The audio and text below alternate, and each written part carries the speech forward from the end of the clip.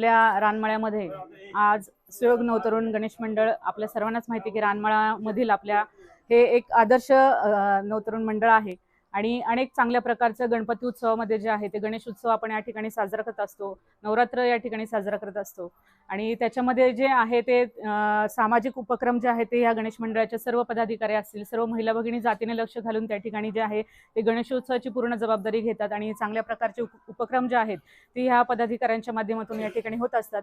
आज हळदी कुंकवाचा या ठिकाणी आपल्या मयूरनी जसं सांगितलं की मराठी अस्मिते अंतर्गत आपल्या हिंदू धर्म संस्कृतीमध्ये महाराष्ट्रामध्ये अनेकविध सण समारंभ आहेत आणि आपल्या सण समारंभाला आपल्या संस्कृतीमध्ये अत्यंत मोलाचं असं स्थान आहे। कारण आपल्या सर्वांना माहिती की हळदी कुंकवाचा हा सण हा मकर संक्रांतीच्या निमित्तानं जो आपण करत असतो ते सौभाग्याचं लेणं लिहून आपल्या स्त्रियांच्या आयुष्यामध्ये येत असतो। त्याच्यामुळे आपल्याला ह्या निमित्ताने का होईना आपण घरची थोड्या जबाबदाऱ्या बाजूला ठेवून 4 आनंदाचे क्षण या ठिकाणी घालवत असतो। वैचारिक देवाणघेवाण त्या निमित्ताने होत असते। आज मयूरने या ठिकाणी बराच माझा काम जे आहे ते हलकं केलंय, कारण बरीच त्यांनी माहिती सांगितलेली आहे। पण मकर संक्रांतीच्या निमित्तानं मी तुम्हाला सांगू इच्छिते की मकर संक्रांत हा सण आपल्याला माहिती आहे की पौष महिन्यात त्या ठिकाणी आपण साजरा करत असतो आणि त्याच्यामध्ये वातावरण जे आहे ते हिवाळ्याचं वातावरण असतं। म्हणजे आपल्याला मी ही माहिती का सांगते, तर आपल्याला जर माहिती असेल तर मराठी अस्मिता, मराठी संस्कृती, आपले सण समारंभ याविषयी माहिती आपल्याला जर माहिती असेल तर ती आपण आपल्या पुढच्या पिढीला त्या ठिकाणी हस्तांतरित करू शकतो, जेणेकरून त्यांच्याकडून आपला वसा, वारसा, संस्कृती, धर्म हे टिकलं गेलं पाहिजे। त्याच्यामुळे मकर संक्रांतीचा सण जो आहे तो सूर्याचं जेव्हा धनुराशीमधून मकर राशीमध्ये संक्रमण होतं त्यावेळी मकर संक्रांतीचा सण आपण साजरा करत असतो।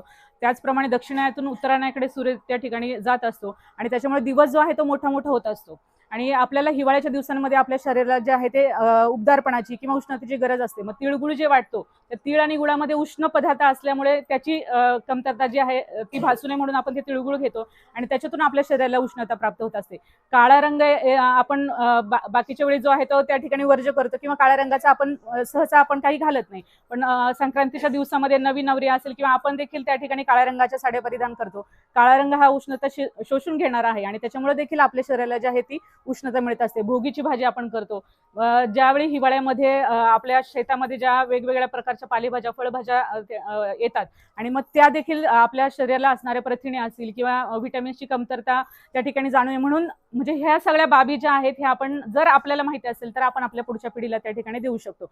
सर्वप्रथम ह्या मकर संक्रांतीच्या निमित्तानं आपल्या सरपंचताई इथं आहेत, प्रियाताई, त्याचप्रमाणे सुप्रियाताई आहेत आणि सर्वच या ठिकाणी सुधीर भाऊ असतील, नंदू भाऊ असतील, हे सर्वच या ठिकाणी अत्यंत सर्व ज्येष्ठ मंडळी, सर्व माता भगिनी या ठिकाणी उपस्थित आहेत आणि सर्व माझ्या तरुण सहकारी मैत्रिणी देखील या ठिकाणी उपस्थित आहेत। तुम्हा सर्वांना आम्हा उपस्थित सर्वांच्या वतीने या ठिकाणी या मकर संक्रांतीच्या निमित्ताने शुभेच्छा देते आणि गणरायाकडे प्रार्थना करते की आपल्या सर्वांच्या जीवनामध्ये सुख, समाधान, आरोग्य भरभराट राहू दे आणि त्याचा कृपा आशीर्वाद आपल्या पाठीमागे राहून आपल्या सर्व स्त्रियांचं आयुष्य आपल्या सौभाग्याचं लेणं जे आहे ते आपण जे आहे ते त्या ठिकाणी लेव असं प्रकारची मी तुम्हाला शुभेच्छा देते।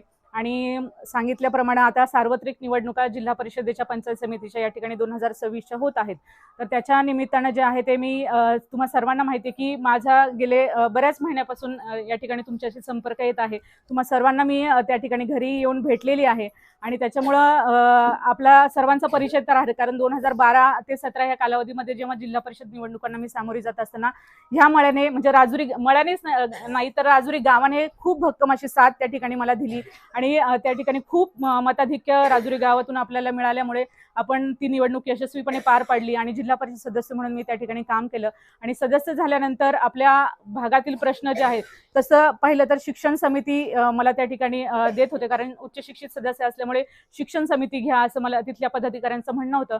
पण आपल्या भागाने ज्या भागाने आपल्याला निवडून दिलं, म्हणजे आपला हा भाग जरी सधन असला तरी आणे पठार हा भाग जो आहे तो थोडा दुष्काळग्रस्त भाग आहे, पाण्याची तिथे कायमच कमतरता असते, तर ज्या भागाने आपल्याला निवडून दिलं त्या भागाचे प्रश्न समजून घेऊन आपण जलसंधारण कमिटीमध्ये शिक्षण समिती, माझ्या कॉलेजला त्याचा फायदा झाला असता, पण तसं न करता आपल्या मतदारसंघासाठी जे आहे ते आपण जलसंधारण कमिटीचे सदस्य म्हणून मी त्या ठिकाणी काम केलं आणि कोट्यवधी रुपयांचा निधी जो आहे तो जिल्हा परिषदेच्या मार्फत सर्वच त्या ठिकाणी 25 कोटी रुपयापर्यंतचा निधी आपण आणला आणि जलसंधारणाचा 10 कोटी रुपयांचा निधी। मग जलसंधारणाच्या कामांच्या अंतर्गत आपल्या सर्वांना माहिती की आजही बोरबनमळा येथील बंधारा असेल, आपल्या ह्या गावात बांधलेले बंधारे असतील, अनेक त्या ठिकाणी बंधाऱ्यांची कामं केली, सिमेंट बंधारे असतील, नाला खोलीकरणाची कामं असतील, ही सर्व करत असताना आपल्या हा भाग जो आहे तो शेतकरी गवळी बांधव आपल्या भागामध्ये मोठ्या प्रमाणात आहेत आणि ह्या पाण्याचा फायदा जो आहे तो आजही तिथल्या शेतकऱ्यांना, गवळी बांधवांना, कारण आज विहिरींची पाण्याची पातळी वाढली, बोरची पाण्याची पातळी वाढली, याचा सर्व फायदा जो आहे तो शेतकऱ्यांना झालेला आहे.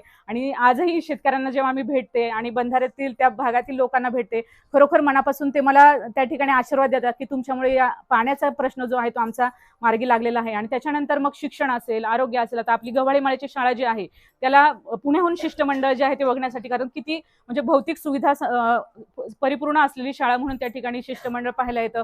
त्याचप्रमाणे गव्हाळीमाळ्याची शाळा असेल, ढगीमाळ्याची शाळा असेल, बुळुंसवाडी येथील शाळा असेल, ह्या सर्व शाळा ज्या आहेत त्या चांगल्या प्रकारे आपण त्या ठिकाणी सुसज्जपणे इमारती उभ्या केल्या, अंगणवाड्यांच्या इमारती उभ्या केल्या.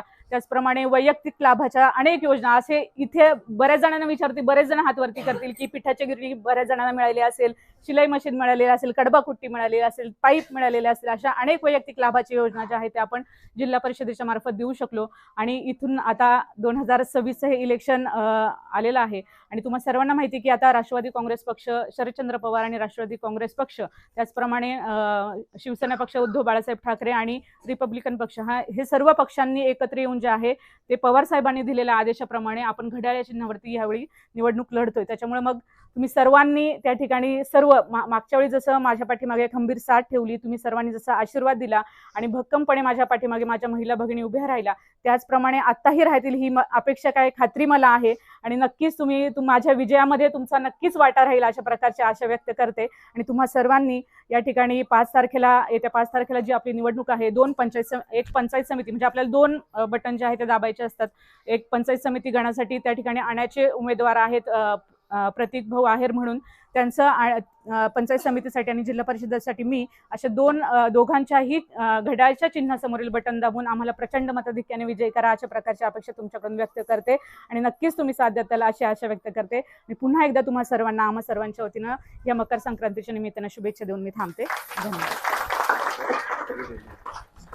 यस, राजुरी गावचा विकास कोण करणार आहे?